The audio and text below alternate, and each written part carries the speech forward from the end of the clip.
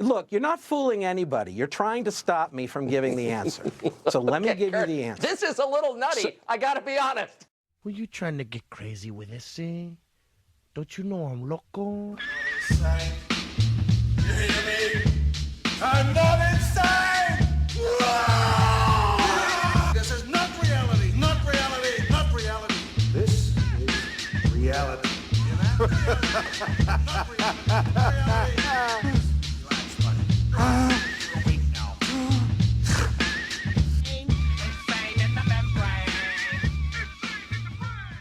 All hail the man called Calamity. Bad luck personified. The answer to the age-old riddle, what would happen to your life if you had sex with that black cat under a ladder? Well, I'll tell you what. You'd be Kurt Eichenwald.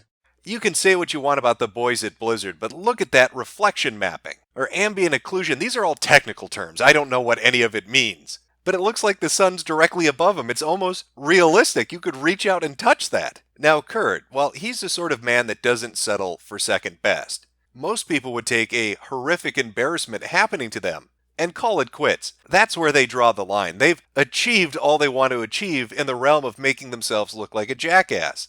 But not Kurt. He's got that Goku get 'em attitude. That one's for you, buddy. I know you'll appreciate it. From one weeb to another. Don't worry, I'm going to pack more of them in there. We'll get to that later. Now, Kurt, he doesn't settle for second best. He's going to keep overachieving. He's going to have that drive to move forward. There's always another bar to grab at. And he will outdo himself time and time and time again.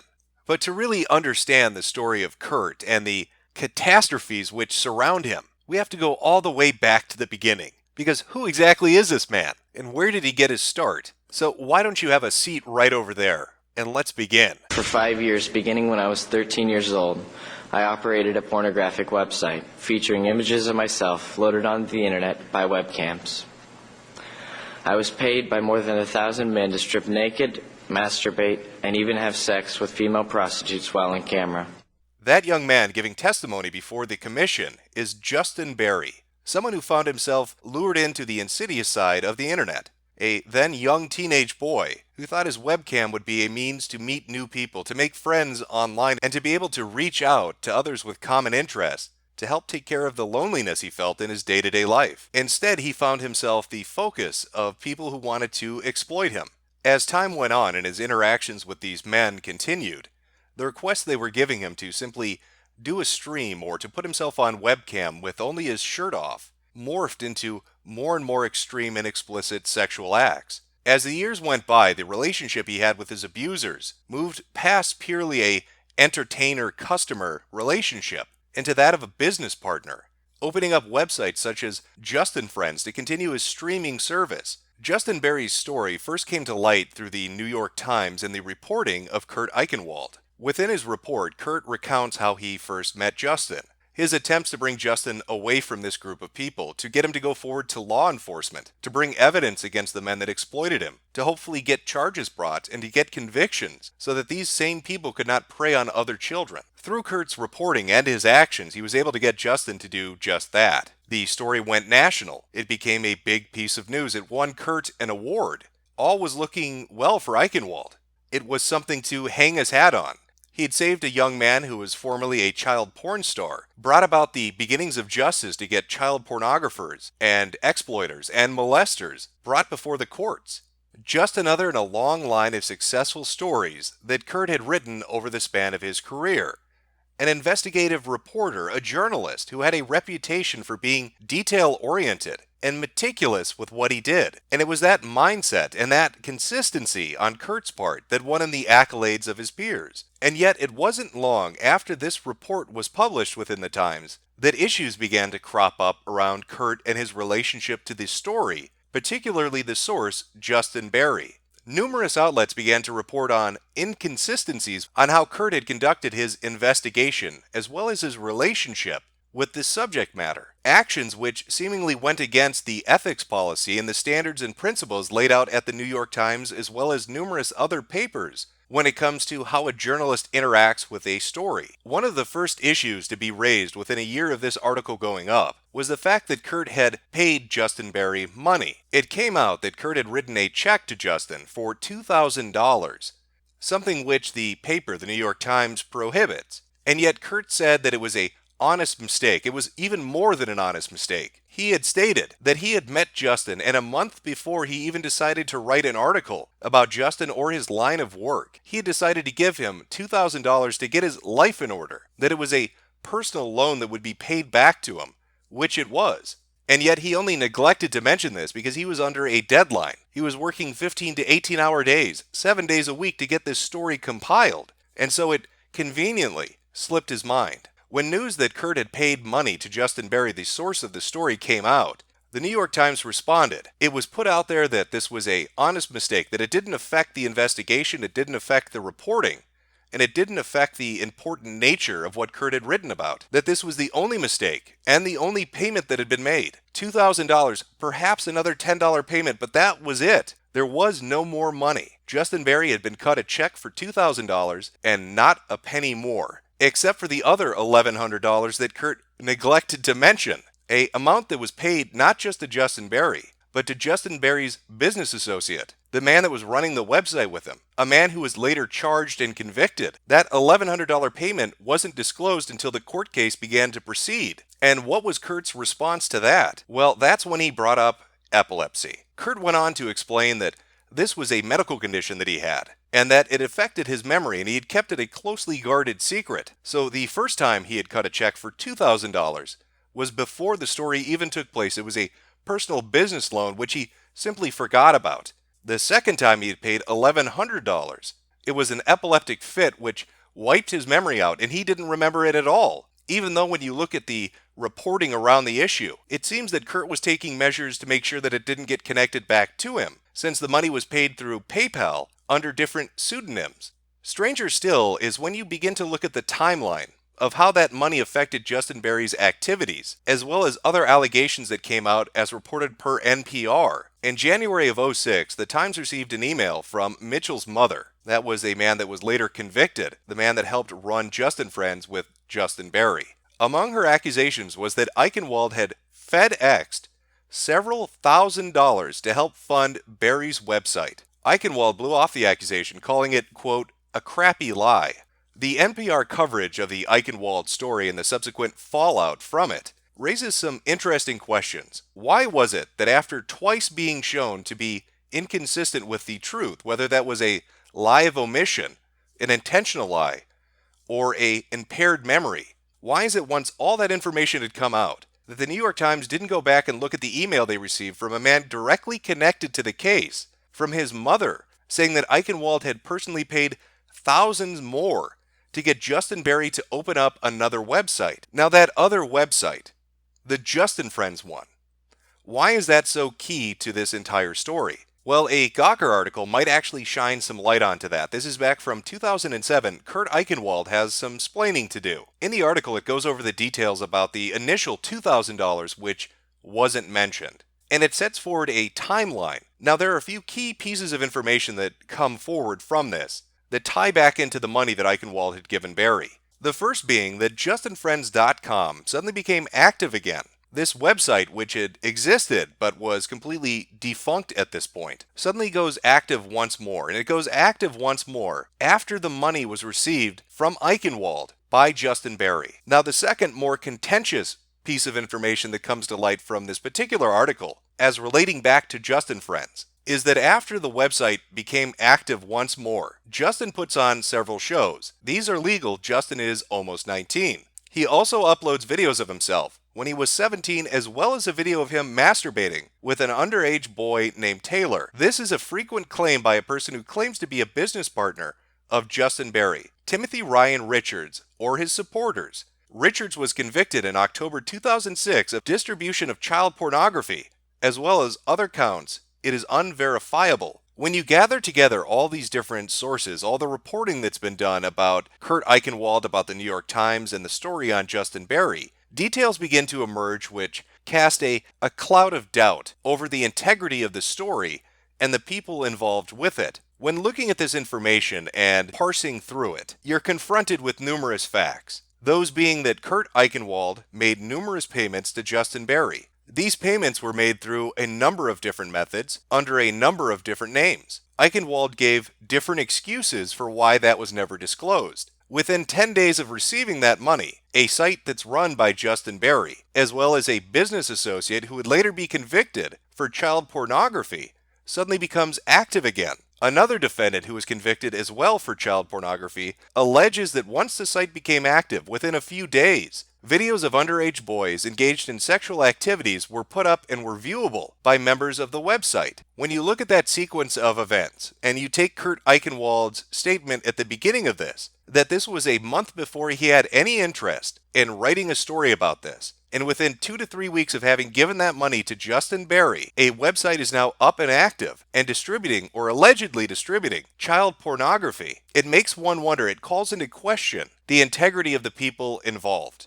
Other outlets, such as truthrevolt.org, follow this up with even more information. For those of you that have never heard of this website, it's one that was founded by David Horowitz and Ben Shapiro. That will be funny for another reason later on in the video. Newsbusters notes that even outlets like NPR ultimately found horrifying details, such as an account believed to have been from Eichenwald had high-level administrative access to the child porn site Just and Friends, which would have allowed him to closely monitor the site's business. And it would seem that even at the time this was taking place in the subsequent years after the article went up, numerous outlets had qualms about what was happening. I think, though, that NPR really helps to highlight this by listing out what they call 3 primary questions for the Times. Does the Times now plan on having Eichenwald's reporting during his tenure at the paper verified in light of the additional undisclosed payments he made to Berry? Does the Times plan to investigate if the money Eichenwald gave Berry was used by Berry to operate the website merely to generate a story?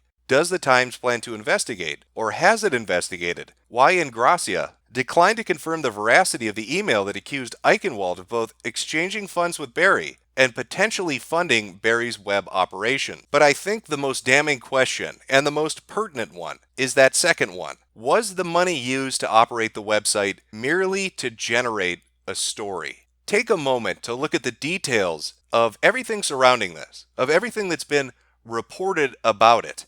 Eichenwald meets a young man. He gives him money.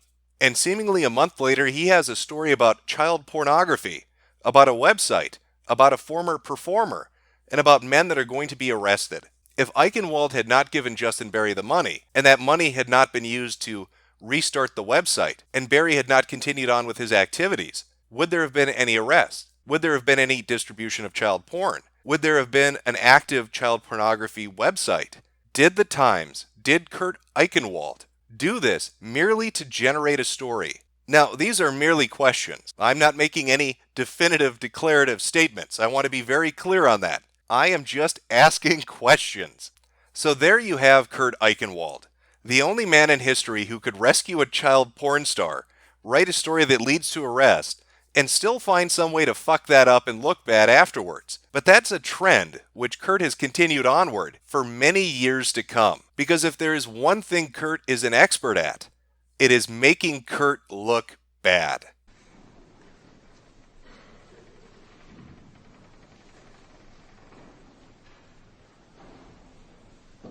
I just had a seizure. Wow, that was a bad one. The pain of seizures. I have seizure pain.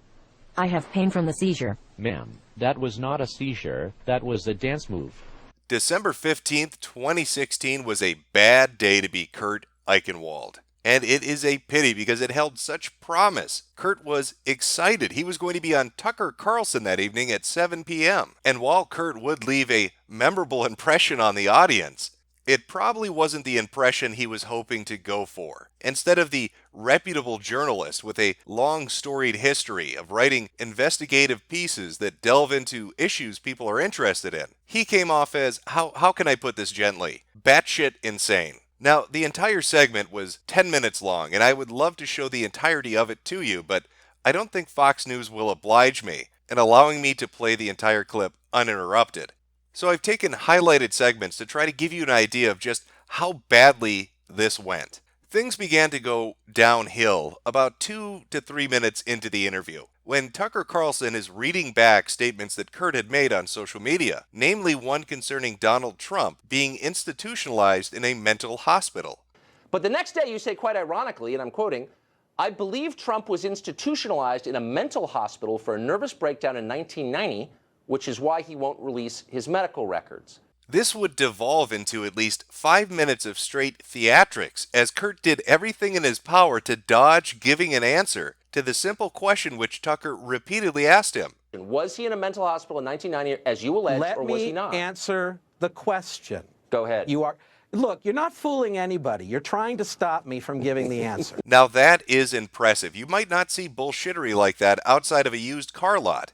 But Kurt was actually able to take Tucker saying, "Go ahead, give me your answer," and turn that around into, "You're not letting me answer the question." But he wasn't done there.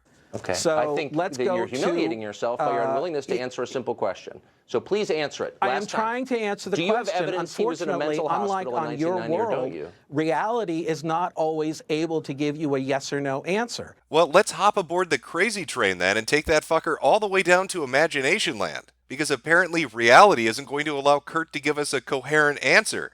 Now this farce continued on for a good 5 solid minutes, inevitably leading Tucker to have to ask him another one. And nobody's getting fooled. You're trying to How stop. can Newsweek employ you as a reporter, Kurt, when you're throwing lines like this around that are untrue, that you can't substantiate, when you say to the president's Tucker, do you spokesman, just F not- you, do you- that's not do the you- behavior of a look, reporter. okay. Which is fairly sound. How could he be employed by Newsweek? How could he tweet out a public statement talking about a president-elect being institutionalized in a mental hospital and then refuse to expand on that, or to simply say, yes, that's true, or no, that is untrue? But if you thought that was bizarre, you haven't seen anything yet. Kurt wanted to kick it up a notch. He wanted to pull a bit of an Emerald. He wanted to take that nutty and bring it all the way up to a nutty buddy. How about this? Begging I'm going to you to give you let me 30 answer the seconds to question. answer this question. Do you have evidence that he was institutionalized in a mental hospital in 1990? Still on 30 the table. seconds. Now, okay, I will say this, because it's a message I've got from people from the CIA. I know a lot of officers. I know a lot of agents. I've been in their homes, and they're really delivering this to you and to Donald Trump. These are people who have sacrificed a lot for this country. Look at his face. Look at that expression. That's the expression you get when you're sitting next to a fucking crazy person on the bus in the city. That is the expression you get when you are in a confined area and you're thinking to yourself, what's the nearest window I can jump out of before this person tries to stab me with a needle? It's all in the eyebrows. He's communicating with those eyebrows that he's getting perhaps a little scared. I'm starting to have concerns about you, Kurt. Tell me what the secret message from the CIA is. Of course, much like the earlier question of, did you say this and is it true? Kurt's not going to give a clear answer on this one either. Instead, he's just going to keep freaking Tucker out to the point where he starts to express concerns about his well-being on a nationally televised news program. We're out of time, Kurt, and I don't mean this in a cruel way. I would have real concerns if I were one of your editors, and I mean that. I'm not calling anyone a liar, but I am saying I'm concerned about your behavior on this show tonight. Now, I'm sure you can imagine the reception that Kurt had waiting for him upon arriving back on his Twitter account after the interview had concluded. It would be putting it mildly to say that people were enjoying themselves, tearing into him, and he didn't help matters much by trying to elaborate on the message the CIA had given him to pass along to Tucker Carlson. Good old Kurt Eichenwald, said by his peers to be meticulous and detail-focused, forgot to write it down. Oops. You know, that super secret message from the Central Intelligence Agency, forgot to write that down. Even though I had a giant binder when I was on your show from analyzing everything you said so I could bring it up to argue with you about. The message from the CIA directly to you, though, forgot to scribble that one down. Maybe it was up on the fridge next to bills that were due at the end of the month, and I just tossed it out without thinking about it. It's probably in the garbage with the cable bill. But to have a truly terrible day, you need more than one thing to go wrong. You need at least 3 of them. And here's number 2. Amidst the fallout from the Tucker Carlson interview, as people were digging into him and mocking him for looking like an asshat, Sebastian Jones, a freelance journalist, decided to dredge up the entire Justin Berry situation, linking to previous articles and discussing inconsistencies with Kurt's reporting and questions that still surrounded what had happened. So there Kurt is, in the middle of a miniature shitstorm, one that he's helped to fuel with his appearance on television, with questions about his past being dredged up. All of these horrible things being said by these mean people on social media are all happening at once. What could possibly make it worse? I know. How about a seizure? Replying to Jew Goldstein. This is his wife. You caused a seizure. I have your information, and I called the police to report the assault. As if Kurt's luck wasn't bad enough on the 15th, he was memed in the first degree, so terribly so, that he was on the floor shitting himself and seizing, and his wife had to take over his Twitter account to let everybody know about it. No, she didn't focus on her husband and his medical emergency. She wasn't holding his hand or telling the kids to get the car to come around. She was making sure all his Twitter followers knew that he was having an epileptic fit. She made sure to update everybody on his status, wanting to give those real-time updates, the things that people are really concerned about. His health can wait. His Twitter followers need the deets immediately. Now, this tragic event led Kurt to get in contact with law enforcement, with the FBI, with a lawyer, to subpoena Twitter to get the information of the user who had done this. And while the case was moving forward to identify this individual, to strip them of their anonymity, to arrest them for gifting somebody on Twitter, Kurt did the media tour. He went on Good Morning America to discuss the horrific events of that evening. Oh, apparently, I can't look at my Twitter feed anymore, but apparently a lot of people find this very funny. Now, the man responsible, John Rain Ravioli, doesn't sound very Jewish. Maybe Goldstein is just a nickname his friends at college called him. He was arrested and charged and put on a $100,000 bail and was facing federal prosecution for cyberstalking. However, those charges were dropped. He still does face one count of assault with a deadly weapon in Dallas County, a charge that carries a hate crime enhancement. On top of that, Kurt is suing him for monetary damages. While it may be a while before we see the final outcome of this case, and if gifting somebody on the internet is going to send you to prison, one thing does sort of stick out, and that is, once again, the convenient epilepsy coming to save Kurt from embarrassment or ridicule. Much like the case with Justin Berry, where he was having memory lapses to explain away the improprieties of paying a source, after Kurt had gone on national television in a disastrous appearance on Tucker Carlson, he suddenly was gifted and had an epileptic fit leading to a seizure, which changed the news cycle. And that's not to say that Kurt doesn't have epilepsy, or that the epilepsy he may have triggers seizures. That is just to say that it is a remarkable coincidence.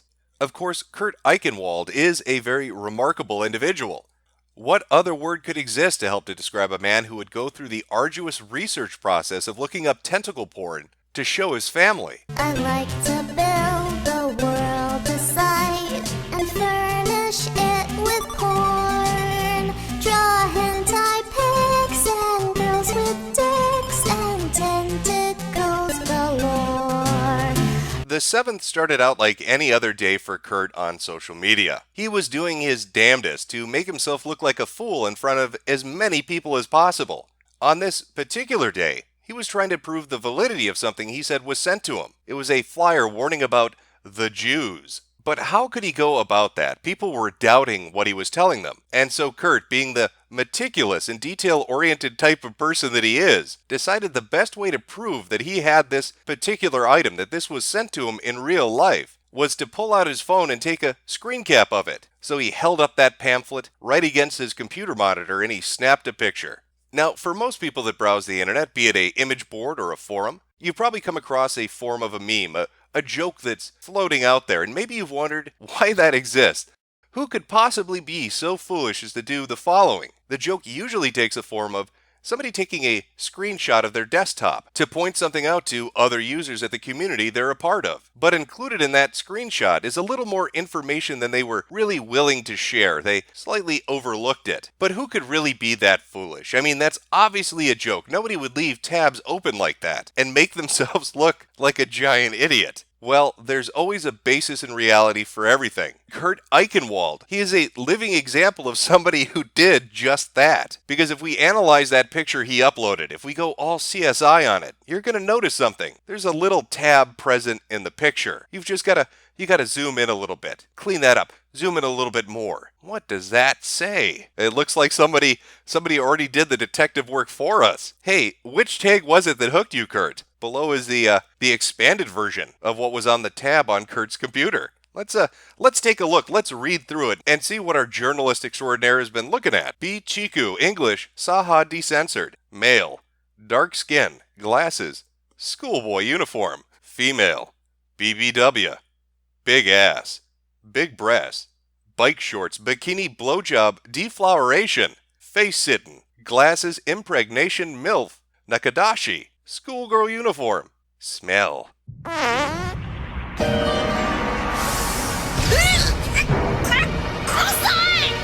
Stockings, swimsuit teacher X-ray, Yuri. Hello, my name is Kurt Desu. I love Japan. Well, it would appear that was some animated pornography, some hentai that Kurt was looking up on his own, and he accidentally forgot to close the tab when he screen shared with his thousands of followers.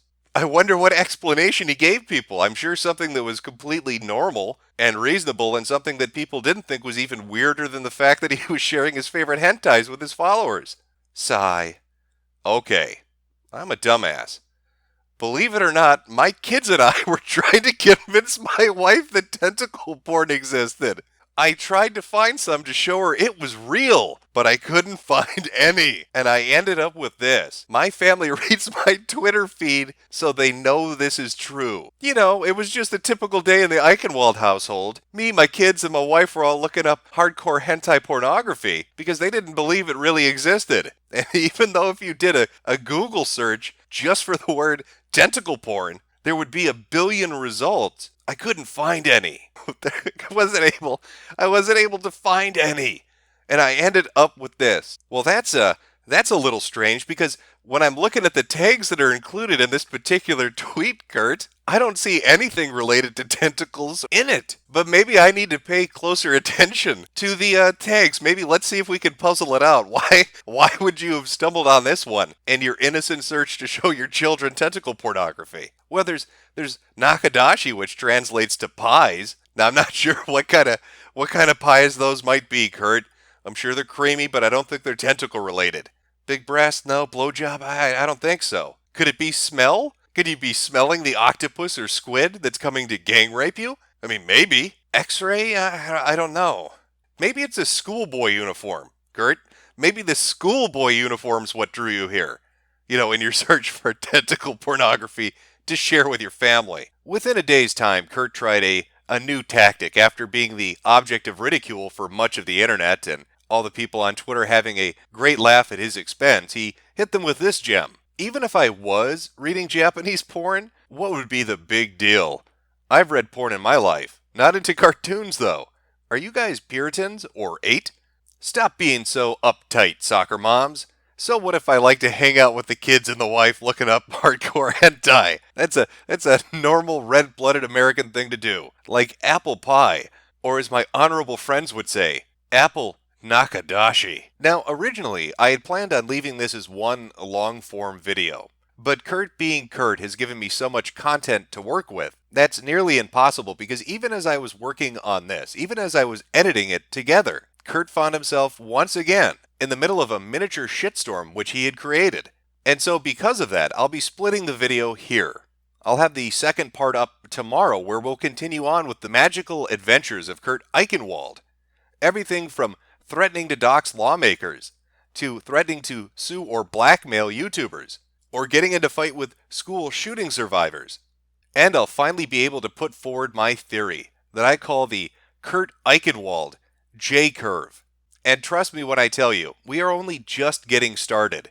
Kurt has quite a ways down to go, and he is aiming for rock bottom.